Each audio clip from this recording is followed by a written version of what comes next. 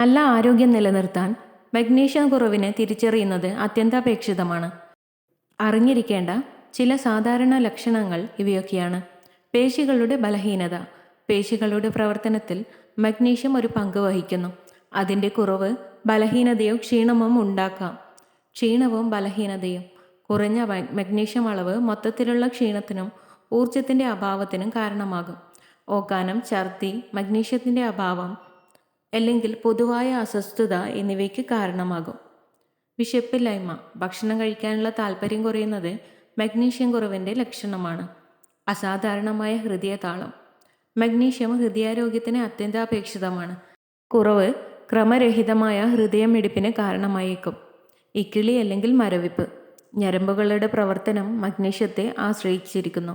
കുറഞ്ഞ അളവ് ഇക്കിളി അല്ലെങ്കിൽ മരവിപ്പിന് കാരണമാകാം. വ്യക്തിത്വ മാറ്റങ്ങൾ. ചില വ്യക്തികൾക്ക് മഗ്നീഷ്യം കുറവ് മൂലം മാനസികാവസ്ഥ, ഉത്കണ്ഠ അല്ലെങ്കിൽ വിഷാദം എന്നിവ അനുഭവപ്പെടാം. അപസ്മാരം. കഠിനമായ കേസുകളിൽ മഗ്നീഷ്യം കുറവ് നാഡീസംബന്ധമായ പ്രശ്നങ്ങൾക്ക് കാരണമാകും. പേശീവലിവുകളും രോഗാവസ്ഥകളും.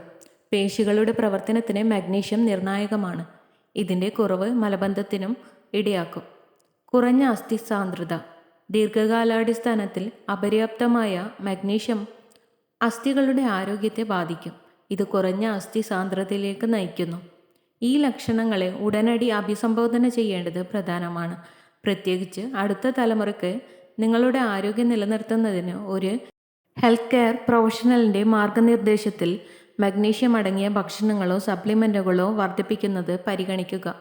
If you love to watch this video, you can like, share and subscribe.